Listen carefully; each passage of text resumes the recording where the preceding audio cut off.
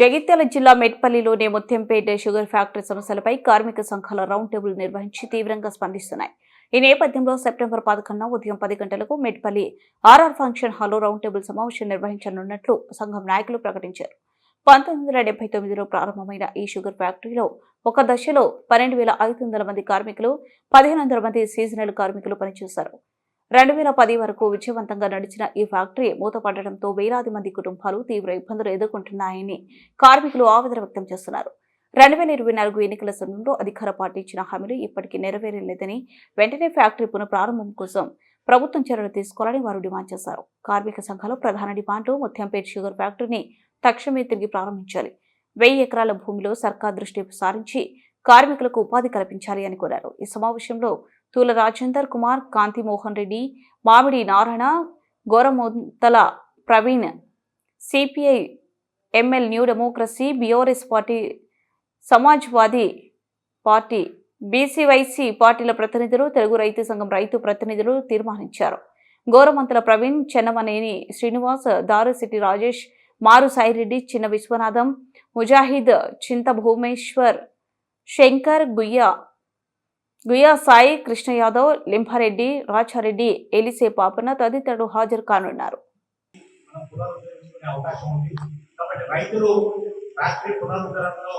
రైతుల భాగస్వామ్యమే కీలకం. మనం మహారాష్ట్ర తర్వాత ఇవన్నీ కూడా అనుభవాలు చూసినప్పుడు మామూలు పంటలకు వాణిజ్య పంటలకు తేడా ఉంటుంది. వాణిజ్య పంటలలో చెరుకు ముఖ్యమైంది. మనకు చెరుకు అవకాశం అంతగా ఉండదు. చెరుకు పండిద్దామన్న కొన్ని చోట్ల పంటలు మన ప్రాంతంలో చెరుకు పండడానికి భూములు అనుకూలంగా ఉన్నాయి.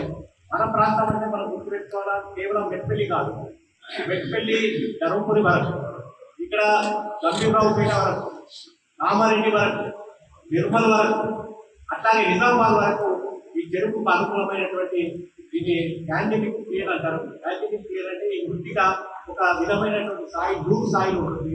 దూరు స్థాయిలో ఒకటి అవసరము. రెండవది, ఒక చెరుకు పండాలంటే సమృద్ధిగా నీరు ఉండాలి. మన గతంలో బోర్బావులు, తర్వాత కరెంటు మోటార్లు ఉన్నప్పుడు కష్టపడి చెరుకు పండించే వాళ్ళం. ఇవాళ నీరు పుష్కలంగా రెండు శ్రీరామసాగర్ ఉంది, అదేవిధంగా వర్షకాలం కూడా ప్రారంభమైంది. కాబట్టి వర్షకాల శ్రీరామసాగర్ రెండింటినీ కలుపుకొని మనకు నీటి కొరత లేదు. వారు చెప్పినట్టు సమృద్ధిగా నీరు ఉన్నప్పుడు రైతులను మోటివేట్ చేయడమే ముఖ్యంగా. కాబట్టి అన్ని మండలాలలో రైతు వేదిక పనిచేస్తుంది, వ్యవసాయ శాఖ పనిచేయాలి. అట్లనే రైతు నాయకుల కృషి కూడా దీనికి అవసరం. కాబట్టి ఇవాళ మనం ఒక కార్పొరేట్ కల్చర్ ఇవాళ మీటింగ్లు ఎక్కడో మామూలు చిన్నగా పెట్టుకొని వెళ్ళిపోవడం కాదు. ఇవాళ లంచ్ కూడా మేము ఏర్పాటు చేసినాం.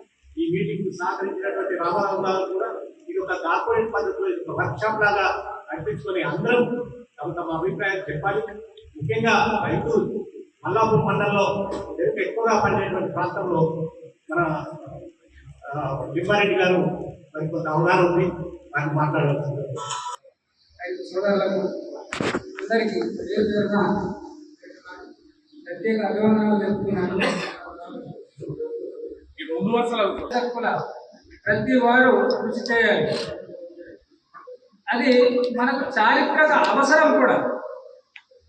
ఇక్కడి ప్రాంతం ఒక రైతులే కాదు, కార్మికులు, వ్యాపార వర్గాలు కూడా ఎంతో లాభపడతాయని మీకు తెలియజేస్తున్నాను. అయితే మా మల్లాపూర్ ప్రాంతంలో ఒకప్పుడు ఇక్కడి నిజాం షుగర్ ఫ్యాక్టరీకి మేము మా మల్లాపూర్లో ప్లాంటేషన్ అయింది ఎక్కువగా అంటే 350 ఎకరాలు మాత్రమే. ఈ నిజాం షుగర్ ఫ్యాక్టరీ నడిచినప్పుడు 350 ఎకరాలు హైయెస్ట్. అయితే 15 సంవత్సరాల నుండి ఇక్కడి ప్రాంత ప్రజలు అనేక సార్లు ఆయా ప్రభుత్వాలకు విన్నవించడం జరిగింది, అనేక పోరాటాలు కూడా చేశారు.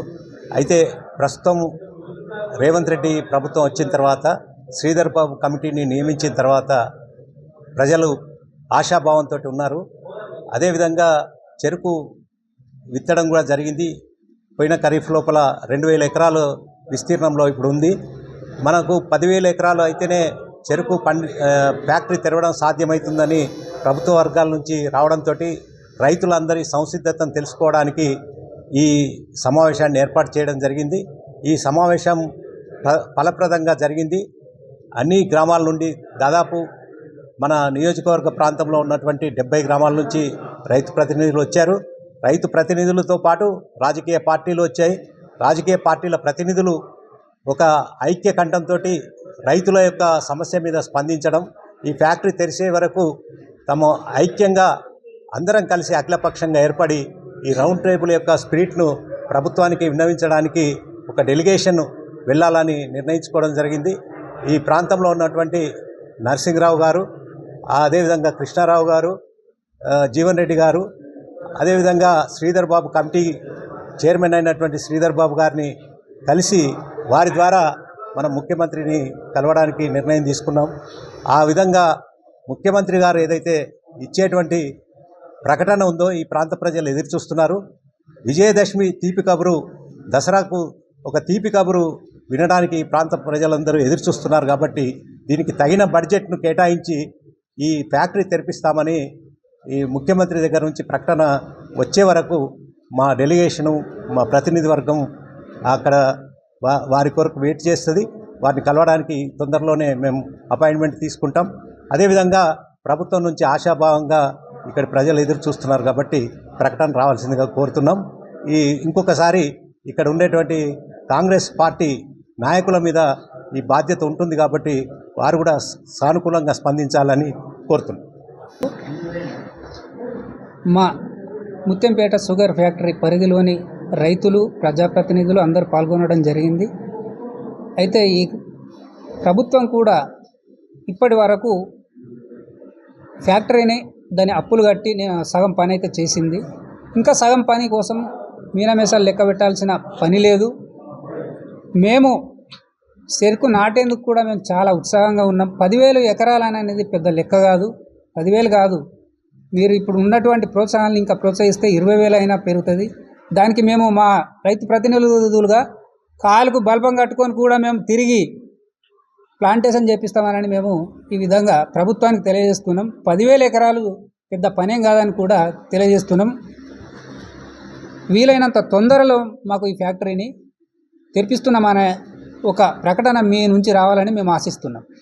కాబట్టి మాట నిలబెట్టుకునే బాధ్యత ప్రభుత్వం పైన ఉన్నది.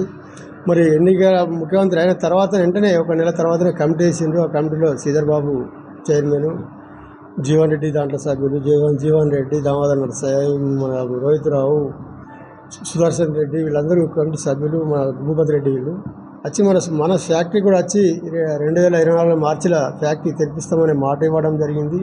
దాంట్లో బాగానే 180 కోట్లు ప్రభుత్వం ఏదైతే పాత బాకీలు కట్టింది. మరి మిగతాది ఏదైతే దాన్ని వేగవంతం చేయాల్సిన అవసరం ప్రభుత్వం ఉన్నది. ఇదే మరి ప్రభుత్వం పూర్తిగా బాధ్యత తీసుకుని దీన్ని కమిటీలు కాలయాపన చేసినట్టు కాకుండా, శ్రీకృష్ణ కమిటీ కాకుండా శ్రీరామ కమిటీ, అంటే శ్రీరాముడు మాటలు పెట్టుకుంటాడు కాబట్టి శ్రీరాముని కమిటీ లెక్క నడిపేయాలని మేము రైతులకు కోరుకుంటున్నాం.